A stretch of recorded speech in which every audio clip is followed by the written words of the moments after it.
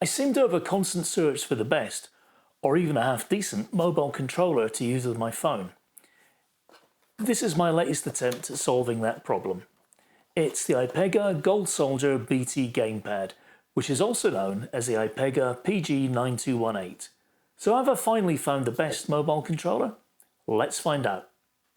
Now, before I open this up, let's take a quick tour around the outside of the box and read some of the claims they make for this. This is marketed as a kind of cross-platform jack-of-all-trades controller, which claims to have support for Android, iOS, smart TVs, PS3, Nintendo Switch, and Windows. There are a few standout features that attracted me to this device. It's got about 4 extra buttons that can be programmed, but we'll find out soon enough if those are actually of any practical benefit in anything I want to play, as quite often they aren't. It also comes with a 2.4 GHz dongle, which is nice to have as connection via 2.4 GHz dongle is normally slightly faster than Bluetooth. And lastly, the biggest thing for me and the main reason why I bought it is that it has a built-in mobile gaming clip. I'm constantly on the lookout for something that'll let me play some GameCube or PS2 games while I'm on the move. I'm carrying around a phone that's perfectly capable of playing these games. I just need a controller that's compact enough and ticks all the boxes I need ticking. I've yet to find one, so I'm keeping my fingers crossed that this is better than all the others I've tried. Anyway, let's get this thing open and take a look at it. So inside the box we've got the controller itself, obviously. We've also got the 2.4 GHz dongle. Now, with some of the controllers you get, these are sort of hidden inside it somewhere underneath or at the front, something like this. This one's just in the box separately. We've also got the instruction manual, Chinese all over one side, English all over the other, and to be honest, it's not too bad. I mean, it's pretty clear and pretty comprehensive for what you're getting, so no complaints there. It also comes with USB-A to USB Type-C cable, and this is probably about roughly 2 feet in length, so that's not too bad, and it feels like a reasonable quality. So with the controller, we've got the typical Xbox layout, A, B, X, Y, select start. The thumbsticks are more of this, are in this sort of PlayStation style as opposed to Xbox. The D-pads, I've got to say that gold looks just tacky. It looks really horribly plastic and yeah, pretty vulgar. But it feels okay. I mean, it doesn't kind of sink down hard. Well, it does a tiny bit, but not much when you press it. It feels okay, but we'll see what it's like in gameplay itself. The thumbsticks, pretty clicky. L2, R2, not too bad. I mean, I've got to say, the whole thing in the hand feels very, very nice. Now, as I've said already, one of the things that's a standout feature of this is it comes with extra buttons. I'm not too sure about the placement of these. This is what they're describing as S1 and S2. My concern is your finger rests naturally over these, so if you're pressing your L1 or R1, there's a good chance you're actually going to press these by mistake. So we'll have to check that out. The other 2 buttons are underneath, just here, and these are labelled S3 and S4. But the handles themselves are a sort of a textured, rubberized feel. I mean, it feels very nice, and I can't see that slipping in your hands or getting sweaty or anything like that. And of course, the main thing I bought this for is the game clip. So let's take a look at this. So moving this up, it kind of locks into position at right angles there, and moving it back. So it's got 2 positions. It's there or there. I don't know who on earth's going to be playing a game like that with that at perfect right angles. I mean, that's just not a natural. If you're holding it in your hands like this, I mean, I'm not sure how you're supposed to see the screen. So how far does this stretch? It seems like a reasonable distance. One concern I've got though is looking at the lip on this thing here. It's not very big. and it's kind of angled in, so I'm not sure how much contact that's going to make, because if you think of your typical phone, certainly if it's in a case, it's a large part of it's going to be spilling over the edge here, but I'll put that to the test. Anyway, I'll take this away, get it charged up, and when I come back, I'll do a bit of testing and we'll see how it actually performs. But the most important thing for me is how well do the two phones that I normally use for gaming fit into the clip on the controller. The first I'm going to test is my main phone, which is an LG V60.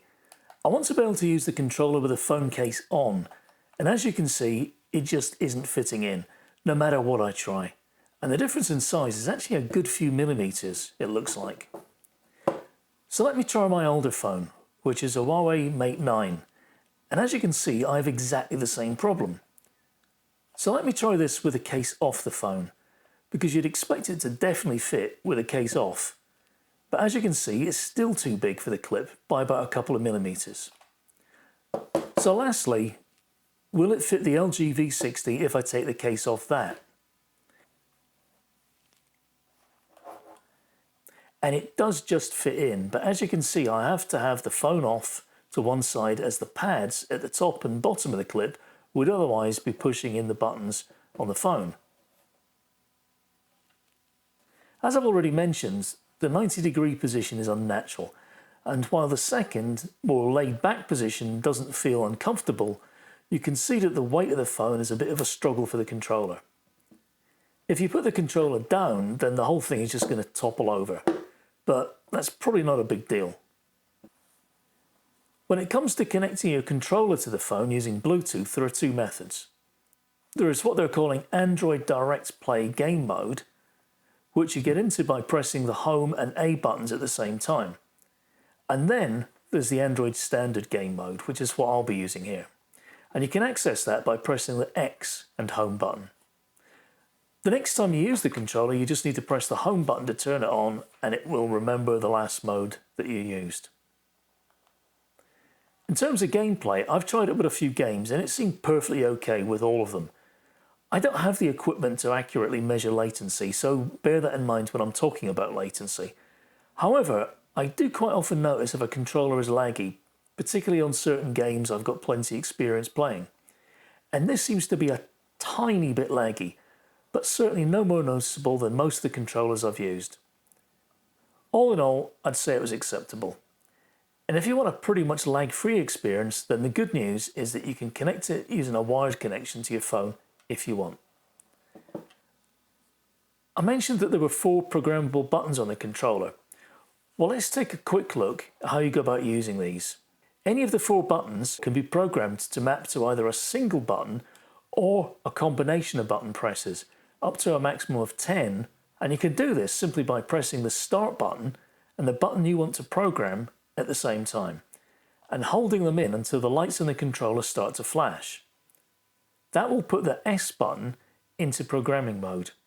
Now all you need to do is press the button or button combination that you want the S button to map to.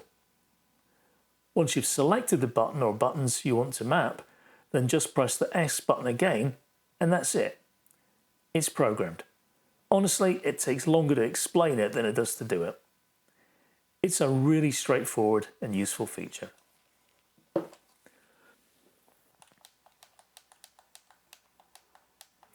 Running the controller through Gamepad Tester, all the buttons and triggers work fine. And of course at this price point, the triggers are digital rather than analog. But it's the sticks in these cheaper controllers that tend to be the thing that let them down, and unfortunately that proved to be the case here. When performing a test for dead zones, the left stick tests reasonably okay, but the right stick is terrible, and for the most part behaves more like a digital stick rather than an analog one. Most of the time it seemed to be 100% or 0%, whichever way you point it, with almost nothing in between most of the time. If you're intending to use this for Android games and want something to map your controller buttons to on-screen buttons, then Ipega have an app called Shooting Plus V3. It's got a rating of 2.3 out of 5 on the Play Store and a lot of bad reviews, but the good news is that they do maintain it and keep the app up to date. A few other points worth mentioning. While the build quality feels reasonable, if you shake the controller, you can hear a significant amount of rattle from the buttons and triggers. Every controller does this a little bit, but this is a lot worse than most others I've used. Using the controller in wired mode works great, but getting it into wired mode I found tricky, despite following the instructions. They say the 2.4 GHz dongle works with Android, so I tested it, and yes, it works. But with one of my phones, it was a bit erratic at times, such as causing a black screen, forcing me to reboot, as well as a few other minor issues.